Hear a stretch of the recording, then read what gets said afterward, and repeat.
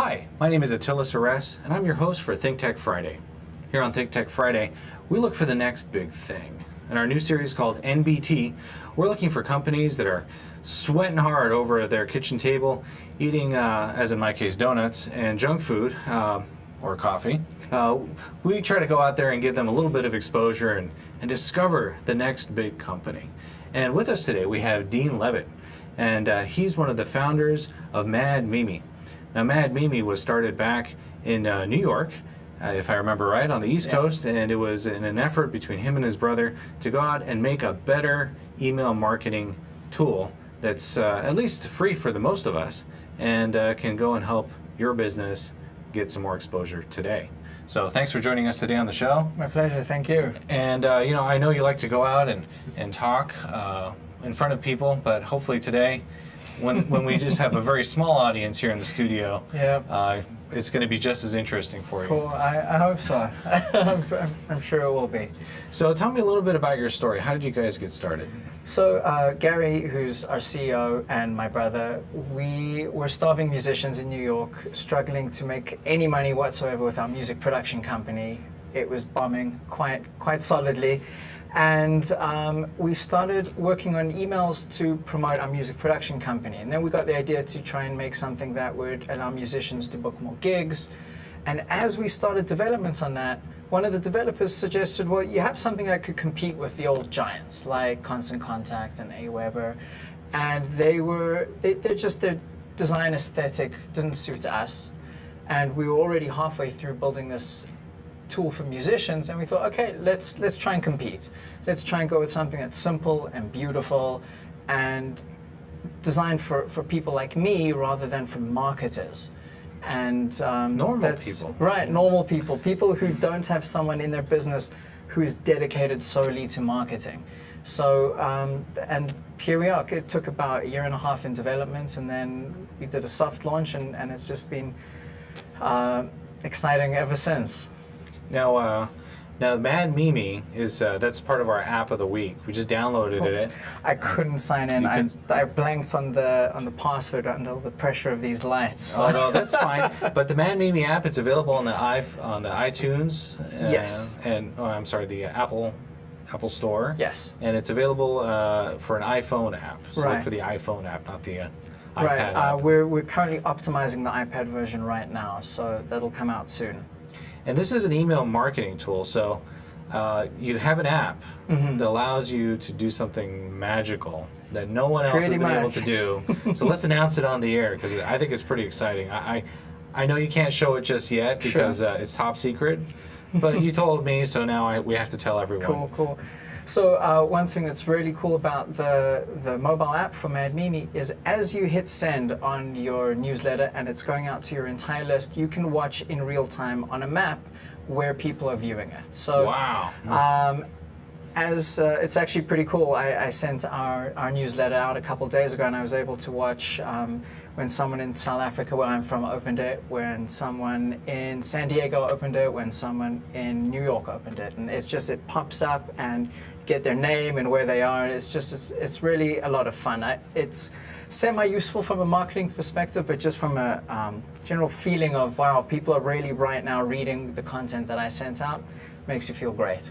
And this service, this feature, is this something that a small business would have to pay for, or not at all? Really? The app is totally free, and Mad Mimi has accounts for free. So up to a list size of 2,500, you can use it for free, and thereafter it's still very competitively priced. Wow! So I can watch people open up our newsletters. You know, I think our producer may be making a switch to this, so he can sit there on his phone and watch these things open up. Cool. Well, I'd be happy to help you get set up. Well, and I hope some of our viewers can also go ahead and download that app. That's the Mad Mimi app, and Mad Mimi is one word, right? Yeah, to find it on the App Store, it's just type in Mad Mimi, one word, and make sure that if you're looking on an iPad, select the iPhone option. If you're on an iPhone, well, no need to worry about it, just type in Mad Mimi.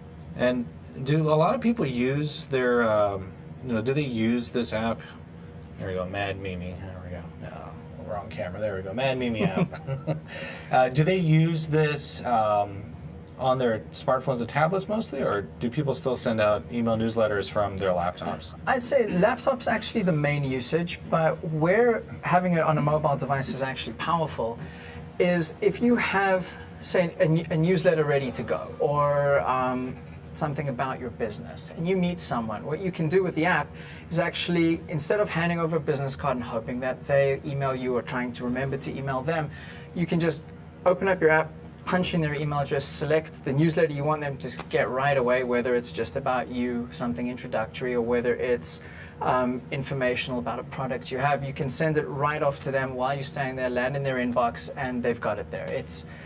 It's a solid way to connect, to market, to add people straight away into your newsletter, person to person. And beyond that, it's nice to hit send and walk away from your laptop, but still be connected to your campaign. So if you wanted to check up on how your statistics are doing, see if your aunt is actually opening your newsletters, whatever you want, it's a way to stay connected. If you're going to actually compose and build the newsletter, you're going to want to do that still on a laptop. Just a lot more control, easier work environment in general. Mm. Yeah, you're right. That's one thing about these tablets. They can do about 90% of what you need. Exactly. And then that other 10%, you still need a laptop. Totally. Now, one of the reasons I really wanted to have you on the show is so you could tell us your secret as to how you do it. Because you live in Hawaii, and Mad Mimi doesn't have headquarters, right? But it's a big company. Not officially, no. I mean, we have over 30 employees, and we have a fair amount of people working on various projects all over the world. And we started actually building it in coffee shops in Brooklyn. And we were officially based in New York. And we're still technically officially based in New York, and we have some team members still there. But we realized early on, especially when it's two struggling musicians trying to launch a company, overhead of an office in New York's kind of prohibitive. So we decided, okay, let's try keep it going from coffee shops and see where it takes us. And as we grew, our first employee was a customer who wrote to us and said, hey, I'm here in Illinois. I need a job. Do you guys need any help? And our second was a customer who wrote and said, hey, I'm here in Wisconsin. Do you need any help on weekends? And so we hired them remotely, and it evolved. We never made a conscious decision to be remote. We actually, early days, we kind of dreamed of having a nice office with maybe the pool table and some video games in it. And then just we evolved remotely. And after a while, we decided, okay, let's keep it remote. And it's allowed us to hire based on personality and skill rather than location, which is it's been very beneficial to us. And so, how do you make sure someone's doing their job when they're in Wisconsin and they could be sitting at home in their boxers watching the game at the same time? Sounds like a good gig, because I mean, Melissa does sound Mayer, like a good gig when you put it that way. Melissa Mayer from CEO of Yahoo, when she came in, that was the first thing she did. She said, "Chopping block, no one's working from home." In fact, I think she had her kid, and they built a nursery right next to her office. Yeah, and that was that. So you've gone the opposite direction, right?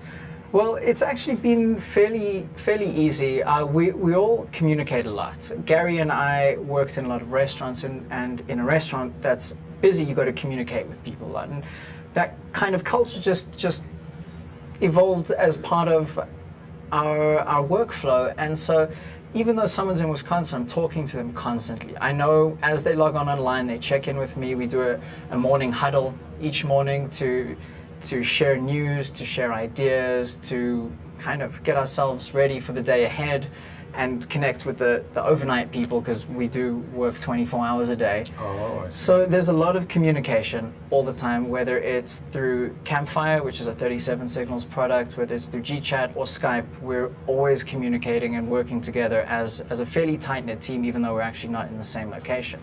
So if someone isn't there, I notice. So we all actually notice. It's like a team. It's like, going onto the soccer field with one less person, you feel it very quickly. And so it's kind of like you just put them on a salary, and then that's just their expected responsibilities. This is it. Some salaried, some hourly, depending on their role and actually what they want themselves. And yeah, we try and schedule a fairly flexible schedule with everyone, so people get to do their own activities and live their own lives as well and show up when it suits them. For example, we have some folks on the west coast of the mainland who like working evenings, so they just cover that shift for us and make sure that customers that write in our midnight are taken care of. So it all works out. And you don't take any phone calls, correct? It's all through email? We do. We don't have a phone number on the site, and we don't encourage, or we don't say, hey, call us if you have any questions. But if someone needs a call, we always do call them. So, early days, we had a phone number. All we got was telemarketers. No customers ever called in with questions, but we have about a 10-minute response time to email. So also, as soon as customers interact with our support, they kind of learn very quickly that it's not necessary to have a phone call. Plus, from a work perspective, we can help more people quicker without phone calls. That does make it easier. All right. Good ideas here. Because, what we're trying to do is we're trying to maybe take some of the lessons that you've learned along the way and share it with others who maybe are in Hawaii like yourself and would like to be able to expand their business nationally but don't have that. Because obviously, office space out here, $10, $20 a square foot, is it's a tough thing to sell. So. It really is. It is. But really, being even if you're all in the same place in the same city, if there's 10 people in Honolulu, to avoid having an office can still be a great saver and allow people to work where they're comfortable. And it's, I don't have statistics on me, but I've heard a lot of positive things about productivity when you're able to work from home. Also, no commute.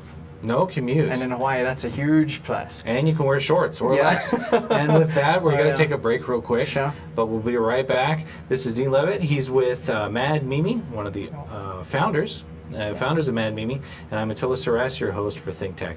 Stand by. We'll be right back after this break.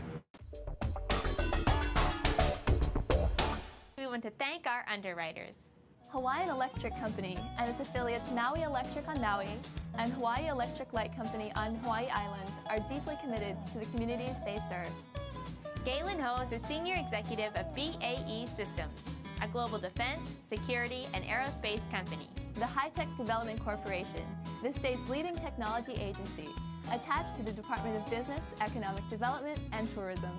Castle and Cook Hawaii, with a time-honored legacy that spans more than 160 years and revolves around its mission of investing in Hawaii, creating communities, and providing for the needs of our state. Hawaii Gas, formerly the Gas Company, a proponent of the Liquefied Natural Gas Initiative, helping Hawaii achieve its transition to clean energy and a better energy future. Collateral Analytics, a Hawaii-based tech company empowering the real estate industry with greater and faster access to the tools and data they need to make better informed property investment decisions. I'm Nicole Horry. Thanks so much for joining us on ThinkTech. I'm Maria Kashen. See you next time. We're back, we're live, and you're watching ThinkTech Friday. I'm your host, Attila Saras, and with us today is Dean Levitt from Mad Mimi. Thanks for joining us on the show. Now, before the break, we were talking a little bit about what Mad Mimi was founded based off of, how you guys are able to work remotely, how you can have employees from all over the world, essentially. Is it just in the U.S. or all over the world? No, all over the world. Support, though, mostly from the U.S. Some of our developers are scattered around U.S., Israel, South Africa, where I'm from. So we found some guys there, and it's fairly spread out. Would you say that's the new business model? I certainly know a number of other companies that do that, Really? and I think it becomes easier and easier every year to do that, and as culturally we become attuned to accepting people are going to show up in an office. I think so. I think it's certainly might not be the new business model, but it's got its place, I think, now, and that place is fairly solidified. You mentioned some other companies do this. Which other ones do? I can't think offhand. It's just other companies I've worked with through Mad Mimi who have contacted us, and for example, the guys who do our database. They're based in Poland, I believe, and they're remote too. They handle all of they make sure our database runs smoothly all the time, and I know they're remote. And how do you make sure that you don't have an employee come in and just take the list. I mean, it's a very good question. Isn't that the point of having everyone in an office? You can say, no, you can't access that person's mailing list. Not with data. I mean, Edward Snowden showed us that doesn't really that doesn't help. All the security in the world. No, we do background checks, and it's the same as hiring anyone else. You have to be certain that it's someone you trust before you give them the keys. So we go through the same process as hiring anywhere else. And do you ever meet these people before, or? Not before. I do meet them on Skype, but I've met, I'd say, about 60% of my team. Really? Yeah, maybe 70%. So it's always fun putting an actual face to the voice. It's been fun to see them in person. You ever thought of having like a bowling night or something like that, where everyone gets together in Hawaii? Everyone, every day, someone suggests, well, when are we going to have our convention in Hawaii? So maybe soon. Well, we'll get to that later in the show, but I wanted to talk about, your future, maybe an IPO or something like that. But we'll get to that. Okay. Instead, let's talk about the fun stuff. Okay. This is the dirty marketing stuff that I love talking about. So, as you know, email is a tool. Mm-hmm. It's just a tool. It's not something that you can. I wouldn't call it a marketing tool. Right. It's just it's a communication tool. Spot on. And so, Mad Mimi uses this tool to be able to better communicate with your customers, right? Right. Now, tell me about email correspondence. When should I be sending out my email blasts, and what really should be in these newsletters? Right. What's the best format? No problem. That good stuff, yes. Sure. So I think more importantly than when to send out, and there is an answer for that, is what to send. And that's something that a lot of people do right and a lot of people do wrong. So the key thing is when sending an email is it has to read like an email. So gone are the days where you'd send a giant image flyer. That's not great. I mean, Gmail blocks a lot of images anyways until you've accepted it. So crafting content that's actually of value to your recipients is the best way to connect, the best way to engage, and the best way to sell. Because ultimately, the goal is to get more engagement from your list, assuming they're currently customers or potential customers who want to hear more from you. Informing when you can inform, making them laugh when you can make them laugh, and telling a story about your product that helps them connect to you. And by doing that consistently, you're going to see higher view rates over time. You're going to maintain your view rates over time. You're going to see less unsubscribes, and you're going to actually become a part of your reader's day. And the way I talk about it is you've got to give a moment to your recipients, to your readers, outside of their day. The same way someone in office gets up and walks to get a cup of coffee, it's to take a break. When they open your email during their workday at, say, 10 a.m., then you should give them a little moment of peace, for example, or pleasure. And if your content is good and your content takes your recipients into account, not what you want, but what they need, then you'll do fine. You'll get great results, and that's really the key. Now, how often should you send? Depends on what you have to say. Some web applications should be sending daily. And you can look at the Groupon model, Fab.com. Those guys send every single day. Well, Fab sends 2 or 3 times a day. Living Social needs to send daily, that kind of stuff. If you're a wine store down the road, once a week is a good idea. Something that highlights your bottle of wine of the week. A little paragraph or 2 about why you selected this wine as your choice. So you tell your story. Exactly, yeah. and it helps people connect to your product. So that once a week I think is good. And just general news and updates once a month is fine. What I really say to people is if it becomes a chore, you're probably doing it wrong. It should be something that's easy and simple and feels right. So honestly, if sending once every 2 months feels more natural to your workflow and for your company and the way you interact with customers, then that's the way to go.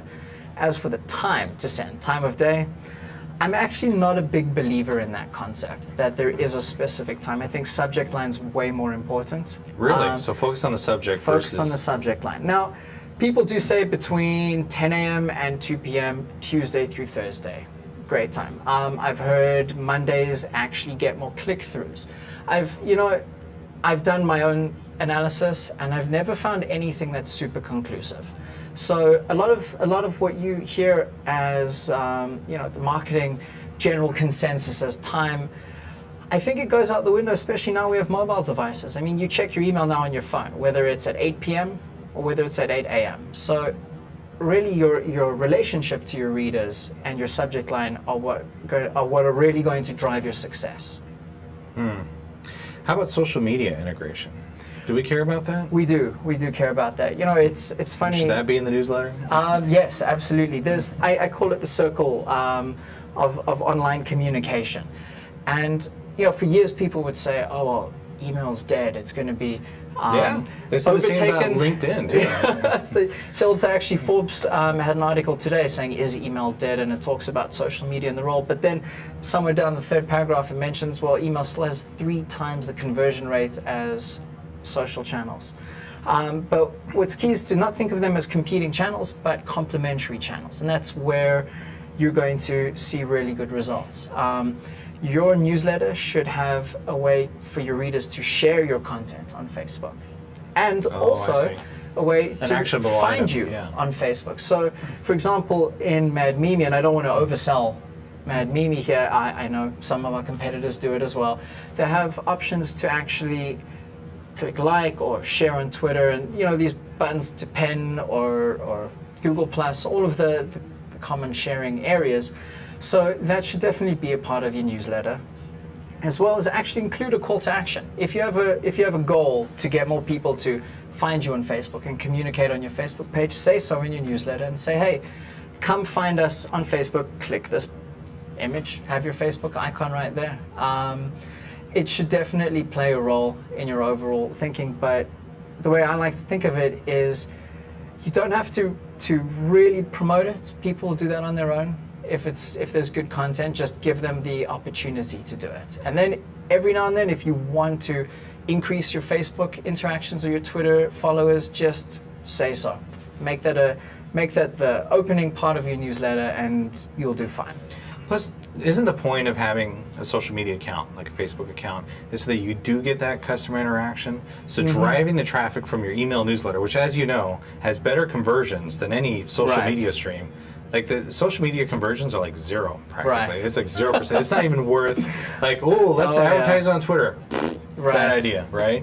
So then you drive that channel there, and then at least you can get something inside your social media stream. Because from what I understand, if you have a social media account open with no activity on it, it's like having a storefront with no one behind the counter. It's an awful idea. Shut it down, right? So either shut it down or use it. This is one way to do it. I tell people who ask, well, should I actually have an active Facebook account or a Twitter account? And I say, yes, it's the trappings of business now. You do need to let someone know that the lights are on. So it is important. And actually, there's, to complete the complementary side, you can actually leverage your Facebook followers and your Twitter followers and get them to sign up for your newsletter in multiple ways. For example, Facebook sign-up form, which we offer as do some competitors, as well as just, again, being active on Facebook and saying, hey, we've got our newsletter coming out tomorrow. There's a special offer there. Why don't you guys sign up, and provide a link for them to sign up for your newsletter there. So it's a lot of cross-communication between your social media channels and your email, but they're all important. Now I have a stupid question. Sure. Are you a marketer? Would you consider yourself a marketer or a musician? So you're not a marketer, yet you've been able to figure all this out. Imagine that. Trial and response, trial and error, I should say, and listening a lot. I read a lot, and I try and learn and put into practice the stuff. It's been a fun ride. I got to say, 6 years ago when I started doing this, didn't know much at all, and it's a good school to actually going out and doing it in practice. So I've been able to see, and I do love analytics, and I analyze our own top performing emails, and I try and figure out what makes them stand out. Ooh, tell us the secret. So subject line, actually, I think I mentioned subject line a lot, and I'm a big believer in subject line. Like what? What should it say? So it should be Free monkeys. explicit. No, it should not say free monkeys unless you're going to have an opportunity for people to get free monkeys inside the email. I would go there. Yeah, well, that's the thing. People do try and go for funny, which is effective, but it needs to be honest and descriptive. So if your newsletter is about free monkeys, then you've got to have free monkeys in the subject line. However, if your newsletter is about a new product, if you say free monkeys inside and that product is not monkeys, you're going to actually turn people off long term. So humor is great, but I would say telling people what is in the newsletter is specifically trying to pick one topic to say. So, if you have 10 different topics in your newsletter, pick the one that really you think most people will be interested in and have that title of, think how you title a blog post, have that be your subject line. So, for example, our latest newsletter was about a new layout. So our subject line was a new email layout. It got record opens for us because people were interested in a new email layout. Had I said something like exciting news inside, I probably would have gotten half the responses because people don't believe me when I say exciting news. They're so tuned off of overselling things or fanfare. But for our audience, which is people who use an email marketing platform, learning about new email layout is important. So being very clear in your subject line is important. Actually, including a company name seems to get more views. Really? So include the company name in your subject. Yeah. And something that's the most salient point you're trying to convey with your newsletter. Exactly. Other tools are, I actually personally don't like this tactic, but it is effective, is having some personalization, like, hi Dean, here's some news for you. Not a great subject line all around, but if you said, hey Dean, check out our new email layout, that would probably be a lot stronger. People do react to that. I don't think anyone really believes that you sent out and typed, hey Dean. However, it is still effective. There's certain positive words that drive more opens, profits. Generally positive sounding things tend to also increase opens, but nothing beats an engaged list, a well-collected list, as well as just honesty in your subject line. It's clear about what's in there. A well-collected list. Yes. I want to talk about that, but we do have to jump to a break really quick. Sure. The time is flying. No problem. So, Dean Levitt here with us from Matt Mimi. Attila Suresh is that's me. I'm your host for ThinkTech Friday. Stay tuned. We'll be right back after this break. Aloha. I'm Jay Fidel of ThinkTech. ThinkTech is a 501c3 Hawaii nonprofit corporation. We began ThinkTech in the year 2000. At ThinkTech, we work to raise public awareness about tech, energy diversification, and globalism in Hawaii. We do 20 live stream talk shows every business day, and we do a weekly TV show on OC16. We pay the bills with donations from our supporters. Won't you help us by making a donation? All you need to do is go to our website, thinktechhawaii.com, and click there on the Donate button. We hope that you like what we do and that you will support us and help us continue to do it. Thanks so much for watching and for helping. I'm Jay Fidel of ThinkTech. Mahalo. We're back. We're live, and you're watching ThinkTech Friday. I'm your host, Attila Suresh, and with us today is Dean Levitt. He's with Matt Mimi, one of the founders. And, of course, he's practicing the well-honored tradition of Novembeard. I gave up. I couldn't manage. It was like I had a dirty cat hanging on my face the whole time. So if you watch any of my previous videos, they're all have my... I did notice. See? And it's better, yeah. Now I look good. All I need is a little bit of makeup and I'll look great. So that's next. Before we jump into an action plan, which I'm really excited about, I really want to lay out something of value that our viewers can take and say, all right, 1, 2, 3, 4, this is what I can do on a day-to-day basis. Perfect. Get some more customer exposure. But before getting into that, there's also a very valuable skill you mentioned, and we talked about this in the very first portion, where you had an iPad app or iPhone app, where on site you can add people to a mailing list. Right. Now, tell me about that process. How do we get a really good mailing list? Sure. Now, I'm guessing under your your opinion is to not go out and buy one. Absolutely. It's not just my opinion. It's the opinion of ISPs and blacklists, and you have to be wary of them. They're not a forgiving bunch. So it's definitely something to avoid. Don't purchase lists, don't borrow lists from friends, don't use shared lists, and certainly don't harvest email addresses off forums or websites either. The key to success is not to have the biggest list that you can. The key to success is having a list filled with people who want to hear from you. Because think about it like this, you're paying me for the size of your list. Why fill it with people who don't want to be there? It's a waste of money, you're going to have a low ROI, and you're probably going to wreck your delivery. So you're not going to even land in an inbox. The way to positively grow your list is to make it easy for people to sign up. Customers, people who might donate to your nonprofit, people who purchase something in store from you.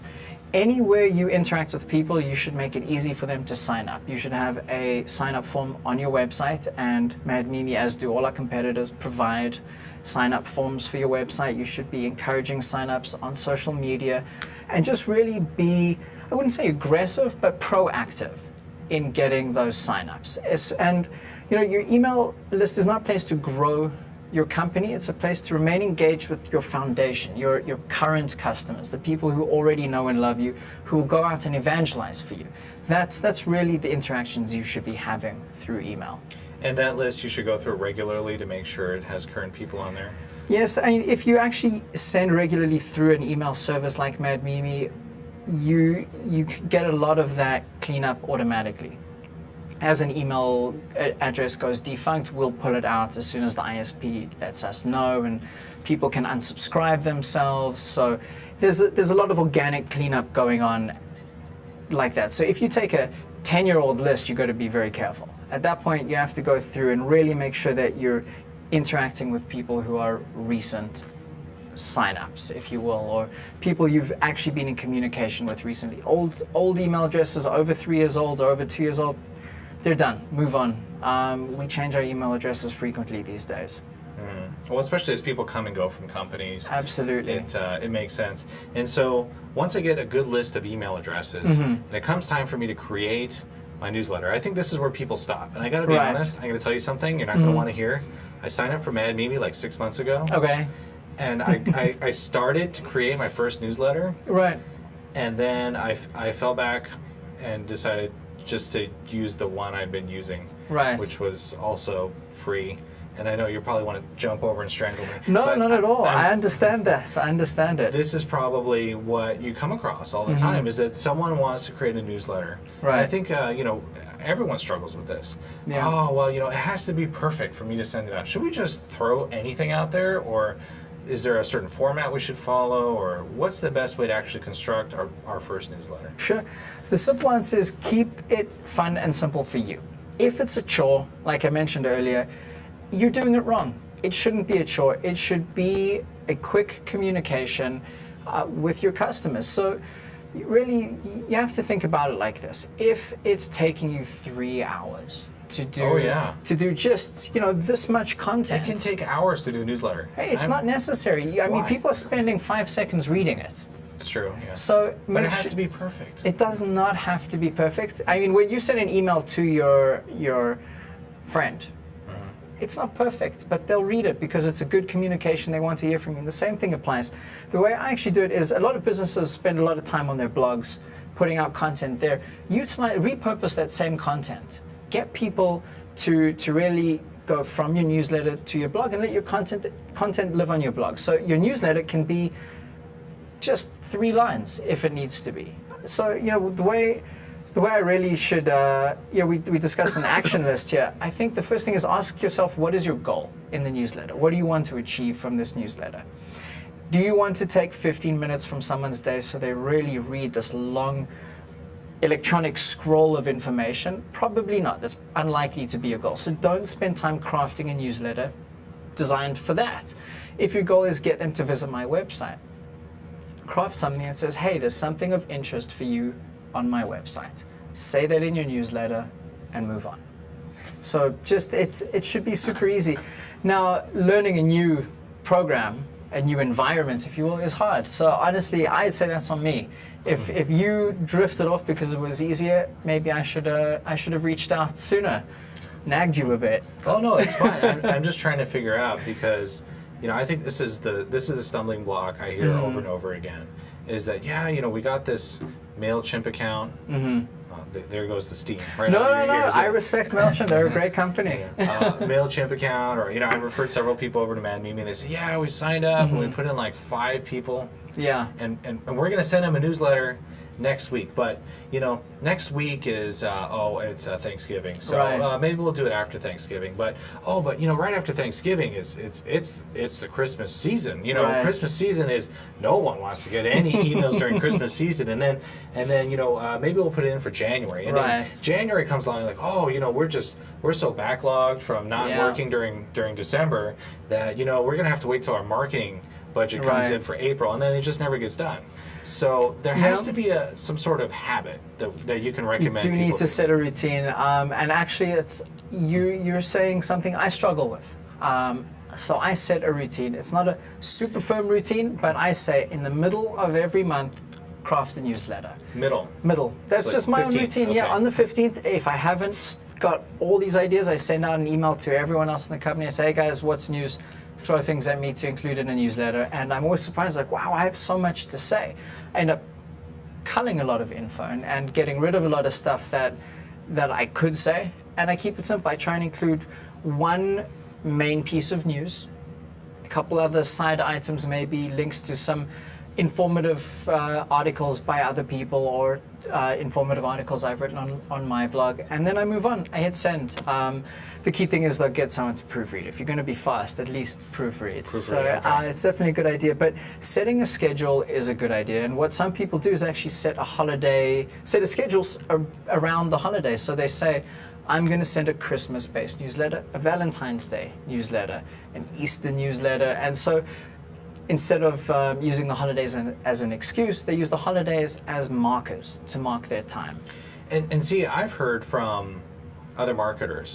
You said you're not a marketer, so just from marketers, I've heard that they actually say that these pre-scheduled software packages out there where you can pre-schedule your tweets and your Facebook stuff. Right. They said that's actually bad. It's bad for conversions. So if you're going to do a Christmas newsletter, shouldn't you say something like, "Hey, happy holidays! You should check out our new so and so," right? Well, it should be timely. So if you are going to schedule stuff in advance, I wouldn't schedule something 6 months in advance. I would say use the holiday as a marker to build it then and there. So let yourself know, okay, I have to get my Christmas newsletter out. So Christmas is 2 weeks away, time to get to work. And then just be fast. Churn out the content. I mean, everyone knows their business really well. Everyone has a lot to say, as you've noticed, about their own business. So the content shouldn't be easy, but people overthink it and stress about it. But being topical is certainly valuable. But again, if it's not natural, if it doesn't feel right, don't do it. Don't force in the holiday spirit if your newsletter is about, I don't know, diodes, for example. How about opinions? Should we keep opinions in the newsletter? Absolutely. I think opinions are fine. I think it's a good idea to have strong opinions as a business even. And people stress out a lot about that because there is blowback. I mean, certainly there's some opinions that you should probably keep to yourself. But if it's something that you'd say in public to acquaintances, it's probably okay to include in a newsletter. And you know what? Generating dissent from your audience is fine. Engage with them there, respect their differing view, get conversation going. It's a win. I think it's good. Now we have to take another quick last break. Of course, you're watching ThinkTech Friday. I'm your host, Attila Saras. Here with us is Dean Levitt from Mad Mimi. We'll be right back after this break. Aloha, I'm Nicole Horry for ThinkTech. For nearly half a century, the Hawaii Foreign Trade Zone No. 9 has brought the benefits of the Foreign Trade Zone program to Hawaii businesses and entrepreneurs. DBET, the Department of Business, Economic Development, and Tourism, operates Hawaii's Foreign Trade Zone program to encourage international business and economic development. The Foreign Trade Zone's mission is to increase the amount of international trading activity in Hawaii, thereby providing employment opportunities for the residents of our island state. For more information, see ftz9.org. I'm Nicole Horry. Mahalo. We're back, we're live, and you're watching ThinkTech Friday. I'm your host, Attila Suresh. With us here is Dean Levitt from Mad Mimi. We're talking about email newsletters and email marketing, and I'm going to go fast because we still have a lot to talk about, and we're running short of time. So let's talk about the hypothetical scenario. So let's pretend that I am a nonprofit, and I do something that's good for the community. But we're tied up doing that, and we don't have a lot of funds. And we heard about this guy, Dean. He's got an awesome beard. In fact, his profile looks very much like here we go, pointing at the camera, like a famous religious figure who was on a cross. But you know, that's your profile, not mine. That's artist rendition. Artist rendition. Yeah. Of course, if you want to see that, you can look him up. But so, say I'm a nonprofit. I want to get my word out. I want to use a newsletter to do this. Sure. Walk me through it. Okay, so step one, find your goal. I mentioned this earlier, but there's multiple goals for a nonprofit. One is raising awareness. Another one would be soliciting donations. So let's take those as our two hypothetical goals. All right, and at ThinkTech, of course, we're raising public awareness about science and technology. Yeah. You got to craft your newsletter to have a call to action, especially as a nonprofit. You don't want people to just glance at, okay, we're feeding children or something like that, and then move on with their day. The key thing is to craft a story and be specific. So one of the finest nonprofits that I've seen, they've had one of the most beautiful newsletters. It's called Hope, and they told stories. They were out in Joplin, Missouri after the tornadoes there, and what they did is they shared every week a story of someone they met, a survivor, and an uplifting story. Sometimes it wasn't all that uplifting, but they tried to include the message of hope.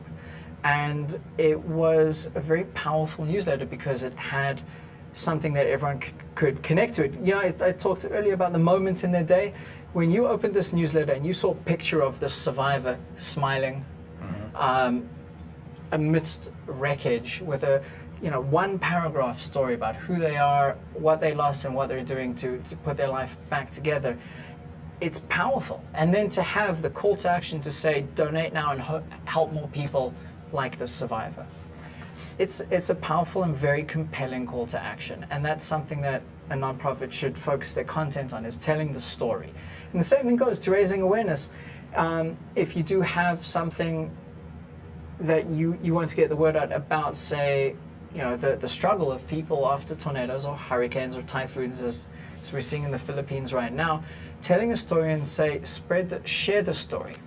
Let's get the story out. So have an option, make it easy for people to share that story, and that should really be your driving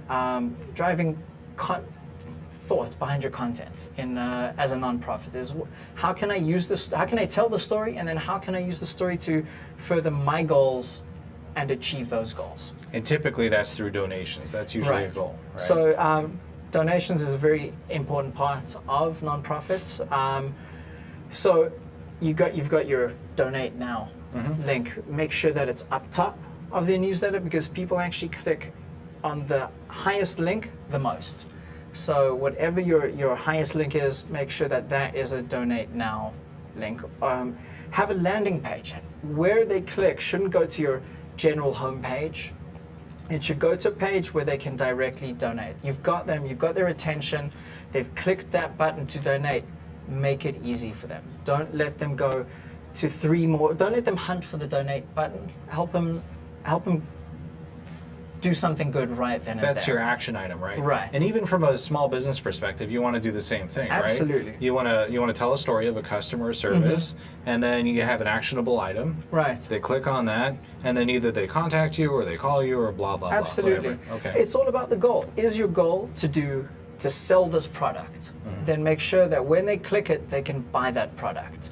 Is your goal to raise awareness? Make sure that when they click that link, it takes them to something that helps them share on Facebook or email a friend or share the newsletter. If your goal is to get a donation and they click that link, it's got to take them to a page where they can donate.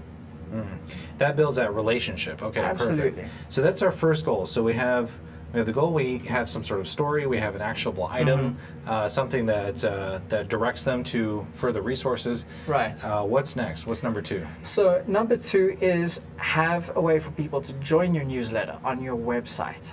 That is really important. People do that very frequently with nonprofits. Also, as part of the donation process, ask them to join your newsletter as well. So every step of the way. Grow your list, you'll get more donations, you'll get more awareness. So that's step 2. Step 3, you know what, I've got a step 0.5. 0.5, before okay. step 1 is when you join a newsletter service as a nonprofit, ask about nonprofit discounts. Almost all of them do, including Mad Mimi. Really? So absolutely, and even if they don't, they might help you out anyways. So definitely ask. So that's my 0.5. So let's see. We've got the newsletter done. We've got the sign up done. Then step 3 would be the routine, I think. The routine, okay. And Email that's for a nonprofit once a week. I don't think less than that. really. Absolutely, So a nonprofit should be out there sending this newsletter out once per week absolutely. with some sort of new content and story. Right. And it should be easy, right? This shouldn't take you 3 hours to put together. Should take you less than an hour. You've got stories. You know the stories. You work on the field if you're in a nonprofit or you have someone who works in the field with whatever cause you have. There should be a story, and you don't need their life story. You don't need a long story. It should be a paragraph. The average person reads an email for 5 to 8 seconds. Make sure that what you say is scannable and easy. So, you know, it shouldn't take you 3 hours to write something that it takes 8 seconds to read. It's that simple. Do you like check boxes or, you know, like little bullet points? Like, we saved 10 people with this, or we... You know, I'd say not paragraph is really. better. I think paragraph is fine, just not big paragraphs. Also shorter sentences. So avoid run-on sentences. They're just exhausting to read. And I hate to be a grammar police person here, but good grammar, actually, it's just bad grammar. Let's put it this way: bad grammar is a turn-off. Good grammar, you don't notice it. Bad grammar, you do. So checkboxes are fine, but you know, another nonprofit that I donate to is WSPA. It's an animal nonprofit. When they email me, they tell me a story of one cat that they saved, Okay. or one bear that they put in their bear sanctuary. It's all I need to know, that my donation achieved something, and I'm ready to donate again. And then so say you've donated, you want that recurring donation, right? And Yes. that's why you continue to send out the newsletters. Exactly. And even if you don't sign up for a recurring monthly, you know, auto pull out of your account, to regularly send a newsletter, say once a week with a specific story, really helps galvanize me to say, okay, well, you know what? Today, $20 isn't that big a deal. I would like to help that poor kitty that got hit by a car and is now in the vet's office with no one to care for it. I'll throw $20 their way, or $5 that way, but you multiply that by your list and you've got enough funds to save the cat. So it's just a simple story. Be specific. Having bullet points about we've helped 50 people. Statistics don't have a face behind them. Statistics are impersonal. There's no, you know, it's one thing to say we helped 1,000 animals, but it's way more powerful to say, look at this cat with the big old eyes, and we helped Fluffy. And that makes a big difference. It makes a big difference to me as someone who donates. It makes a big difference. It keeps me reading. I want to know the successes, and a number isn't a success, but a story is a success. It's true, and I know even with Kickstarter campaigns, that's one of the big follow-ups that they have, is the continuous weekly newsletters to keep you updated to the progress of their product. And if they're not meeting their target, which many times they don't, at least you know why. Hey, look, they've been trying hard, but they got this tough break. Exactly. The story, it's all about the story. It's something that's compelling. Even for selling products, if you have any product you can think of, there's a story behind it. Why you sell this product, who made the product. You know, you have bespoke tailoring. Why the tailor cares about this product, why this is their favorite coat, something like that. There's always something compelling. There's always a story. Well, this is going to be really interesting. I hope some people really take some of these things to heart.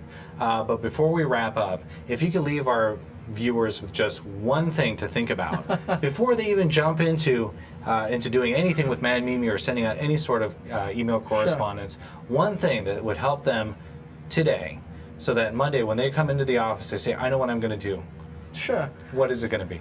The key thing is to think of in your newsletters, remember what newsletters you like to read and craft a newsletter that you would like to read and receive, and you'll be fine. Everyone relates to their own customers. Craft something for you, and you'll enjoy it more and you'll get it done. Perfect. I like it. Cool. Well, I think your newsletter should involve beards then. So let's leave it at that. Thank you so much for joining us on the show. I really appreciate it. My pleasure. Of course, you guys, if you like ThinkTech, go ahead, go to our website, thinktechhawaii.com, find us on Facebook, and feel free to donate. thinktechhawaii.com is a great place to do it. I'm your host, Attila Suresh. We're joined here today with Dean Levitt from Mad Mimi. Thanks. We'll see you next week.